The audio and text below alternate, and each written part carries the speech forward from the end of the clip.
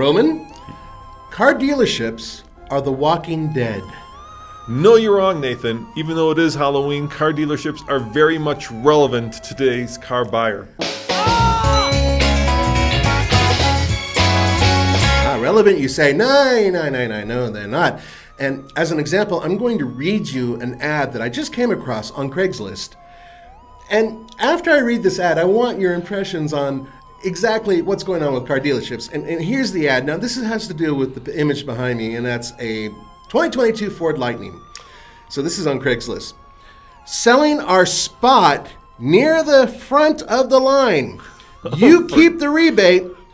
Our early reservation is transitioning to an order at the end of October with delivery expected in spring 2022. How much, Nathan?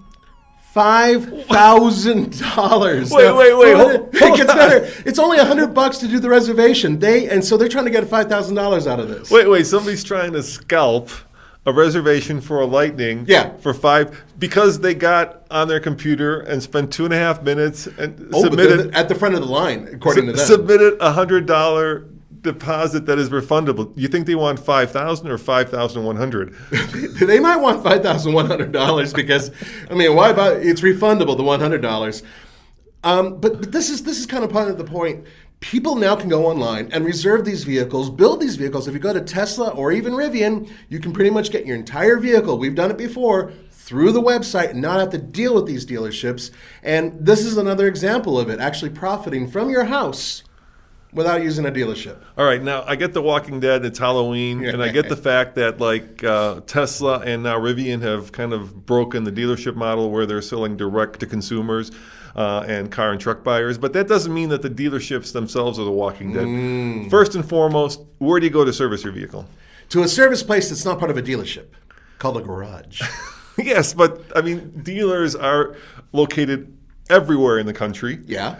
Probably, 10, 15 minutes from your house. I don't think Rivian has any service centers. I don't think that Tesla has that many. So, if you're looking for convenience, the dealership certainly is the best place to go if it's under warranty and you want to service your vehicle. Now, correct me if I'm wrong, but every time the door broke, like 4 times, I guess, on the last Tesla we had, Yes, didn't they come over here to us and fix it? Yes, they did. They had very nice people, too, who came over and fixed it for us over here. Tesla came here and fixed it 3 times, I think, and then we had to take the Model X over to the service center for the final fix. So, I understand the point that right now, for the moment, people do have to go to a dealership which has a garage, and so if they have warranty work done or if they want to spend ridiculous amounts of money to have work done, they can go there. However, the dealership gives you... I saw how you did that, ridiculous amounts of money. I saw how you snuck that in. Oh, and there's more to it than that, my friend. I'll tell you about that in a second. But the point is that most dealerships, they have the sales side and they have the service side. When you call, you press 1 for sales service, numero uno, or you press dos, numero dos, because there's usually 2 or 3 languages that they'll throw in there and say you have to go to the service. They're not connected. So once these dealerships die a horrible, painful zombie death and they just wander around listlessly for the rest of eternity, they will just have service centers, and you will have a GMC service center. You will have a Ford service center. You'll have these service centers where dealerships used to be. That's my prediction. It certainly looks like it's going that way, but you don't want to throw the baby out with the bathwater, right? So right now people are very keen on buying things online, getting things delivered to their house, right?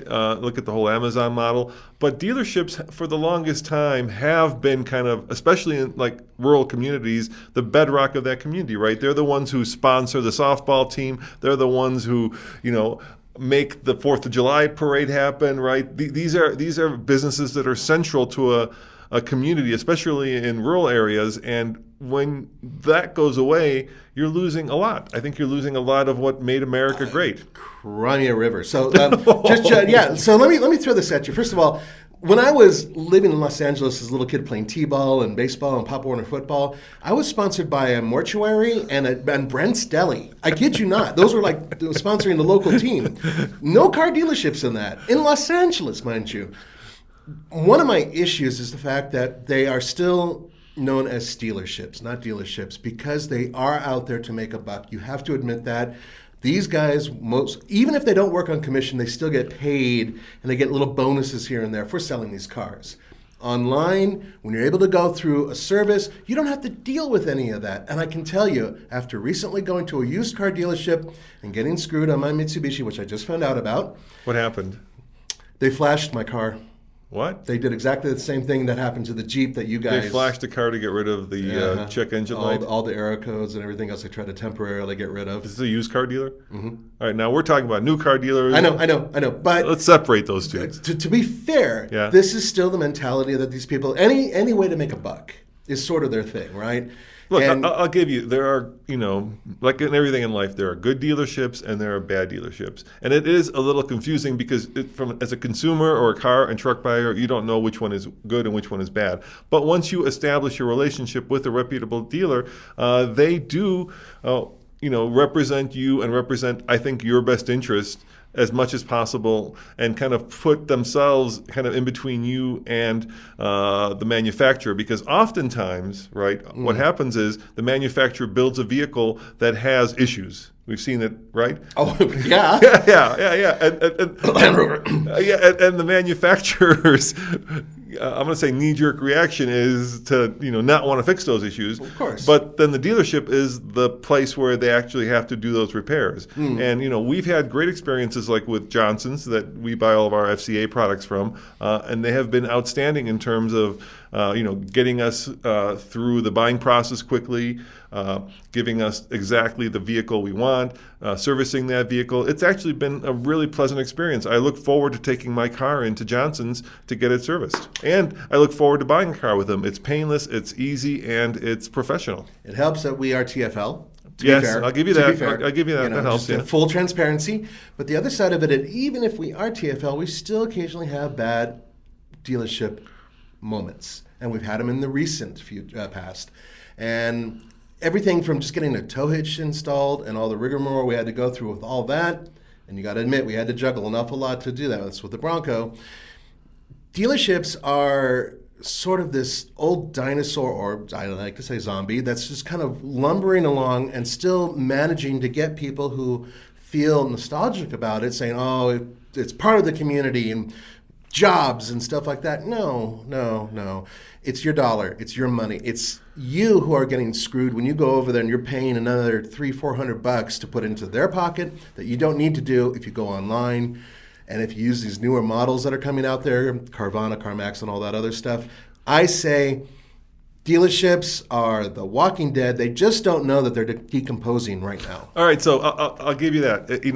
The world is rapidly changing. Yes. And dragging the dealership model from the old world, which was, what can I do to get you into this car today? And that still happens. Right, into the more modern world where it's like, here are the keys, take it for a test ride, bring it back. If you want it, we'll sell it to you. If you don't want it, no worries. We'll sell it to you at a major uptick.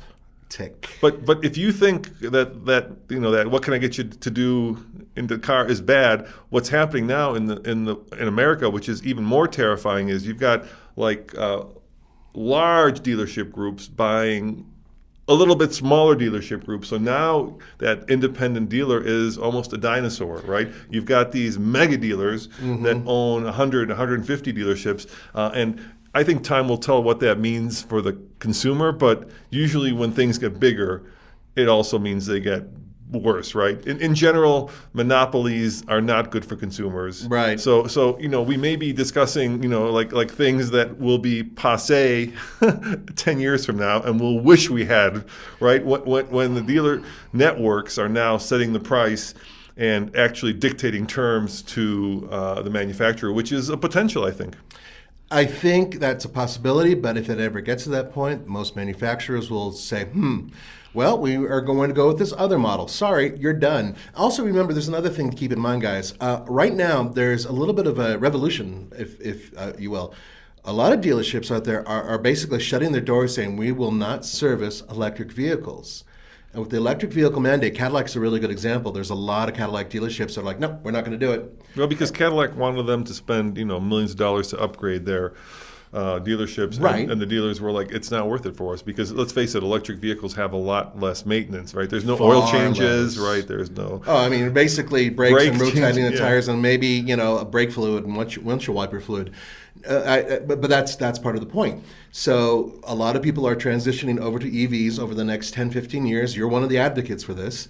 And that is going to kill a lot of these dealerships as well because they won't be able to service vehicles like they used to because why bother? The thing that's going to kill a lot of dealerships are the new venture capital funded companies like Carvana, Yeah. Shift, Vroom, right? Yeah. Where they're just spending hundreds of millions, if not more, to gain market share, right? You can go and you can sell your car to Vroom or Carvana for way over market because they're just simply trying to collect inventory so that they can grab quick market share. And so, I mean, we are definitely living through, between those services, between like Tesla and Rivian selling direct to customers, and between these giant, dealership groups now consolidating, we're certainly seeing the depth of the independent dealership, and I'm kind of sad about that, Nathan. It gets one step worse for your sadness. Here's a really good example. CarMax, they just bought and took Edmunds. Edmunds.com basically builds commercials and all that for them as an entity. So a lot of the stuff you're seeing out there are consumer groups that are all connected through your major, dealership monopolies. And then it comes all the way down to you guys when you are looking at a video like the ones we produce and saying, that's independent. Well, you might want to double check and see who owns them. That's how this whole thing works. And it's incredible because it's all the way from the top, all the way to the bottom. The easiest way to get through it is to simply buy a Tesla where you don't have to deal with these people. But I don't recommend that because I'm not a huge Tesla fan quality. Or you can wait until some of these other guys do it. Or you can look at some of the mid-level players and get your vehicle through them. I just feel that dealerships are pretty much kaput. Nathan, normally, we try to present two different sides of the argument in this Know You're Wrong series. And after listening to you, I got to kind of say you might be right. The dealership, with everything that's happening in the world right now, the independent dealership certainly might be the Walking Dead. And that, I think that's going to have ramifications that are more far-reaching than you think. Like I said, don't be so keen to throw the baby out with the bathwater. We're really covering a lot of horrific topics, including throwing babies out with water. Well, it's a Halloween theme. It is a Halloween thing. But and the final thing is, my whole point has always been for the consumer. I want to empower the consumer, and I feel that dealerships do not help you do that. And these new entities might. I could be wrong, and maybe I am. But for now, we're at a transition point. You have to admit that. And as this whole thing starts to transition, we're going to see a lot of changes coming really soon to dealerships and also how automakers sell cars. I know for a fact that automakers are looking at these other models and thinking about them seriously. Yeah, I know we haven't necessarily touched upon the fact that right now dealerships have no cars to sell for the most part. Or they're just jacking up the prices on the few that they have. How does a new car dealership stay in business when they have no cars to sell or very few cars to sell? They sponsor baseball teams, apparently. Well, that was the old model. You see what I'm saying? I don't know. If you're an independent dealer out there, let us know in the comments below. I'd love to know what's happening in your world because, let's bring it full circle. Because basically, the guy up here who's trying to sell his Lightning reservation for $5,000 is doing what dealers used to do, right? That is now basically his markup on your markup on the manufacturer markup, and I don't think that's sustainable, Nathan. I'm sure there might be somebody out there who has like stupid money who will pay $5,000, but the thing about the Lightning is it's supposed to be like an affordable and electric truck, $39,000 starting price. This to me screams like the exact opposite. I agree with you, and also I want to know from you guys. Is this illegal? It's like scalping, and I know that scalping in some places is illegal, and it's not so much in others, and depending on the price and all that. This guy's asking basically $4,900 over what he put down for his reservation, and that seems a little exorbitant. So could be a gal. It could be a gal. Let's be equally. This person really is trying to screw you guys over. So I'm very curious about that as well. If you guys know, if you have legal knowledge about this, let us know. But also, would you spend $5,000 Yeah, to get in the front of the line? Would you do that? And then would you spend $5,100, or is that like one bridge too far? That $100 might be just to be the breaking point on the camel's back. All right, guys. Well, I hope you've enjoyed this kind of discussion of our dealerships. The Walking Dead. The Walking Dead. Let us know in the comments below if you like our content, and if you want to see it all in one place. Go to tfl-studios.com, where it's a little web app that you can put on your phone, and it'll have all of our podcasts, all of our videos, all of our stories to keep you up to date. And as always, Nathan, thank you, and thank you guys for watching, and see you next time. Ciao. See you next time, guys. Next time on For a Few Bucks Less. All right, so the big plan is to drive from here in Boulder, Colorado, all the way to Ouray, which, give or take, is about 300 miles. But we also want to figure out which of these three vehicles is the most fuel efficient. So did you fill up, Tommy? Yes. Nathan? Yep. Yep. See, that's my problem.